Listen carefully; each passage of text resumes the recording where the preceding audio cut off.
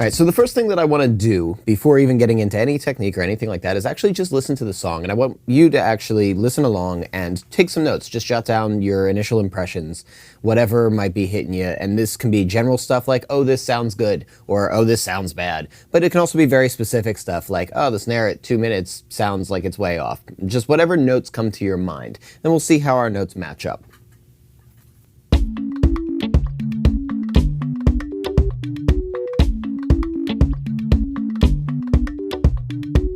Taking over, we're catching vibes. Pulling me closer, baby, I'm magnetized. So used to dodging feelings, but this feels nice. So give me more of it, girl, if you like it. I like your everything from head to toe. That I could show you things you've never known. So go on, shine so bright, make me glow. So gone crazy, my mind so blown. Oh, I don't know if you're the one or just someone, but gotta know one thing. Feeling like what you got is what I'm missing. I don't see no ring.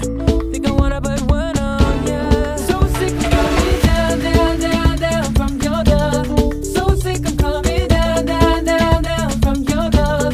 So sick of coming down, down, down, down from your love. Coming out from your love, you know I don't want no cure. So follow. So obviously, if you want to take a little bit more time with it, definitely do that. Maybe give the video a pause, listen through. But I think that's enough just to get some general ideas. So the first thing that I would say is that in general, everything sounds very good to me.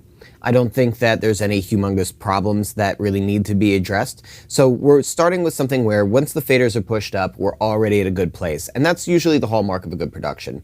Now, more specifically, I do think that the song could use a little bit more pop to it. The vocals could have a little bit more presence to them. Generally speaking, the sound could be a little bit taller, meaning the bass could go a little lower, the highs could go a little higher, and there could be a little bit more jump in the groove. The groove's already there, but it could use a little bit more sharpness to it, a little bit more spark. So with those things in mind, that's going to kind of set the course for where I'm going to start building my mix. The other thing that I want to take note of is stylistically, what does this song want? Now, to me, this record is very smooth sounding, it's very islandy sounding. I want to preserve that feel even while I'm making things sharper and jumpier and giving them a little bit more excitement. All right, let's start. So when it comes to session setup, I find that it's not so important specifically exactly what's happening. What's most important is that I can see what's happening easily and recognize what's going on. So things like having markers set up where I know, okay, there's the verse, there's the pre, there's the chorus.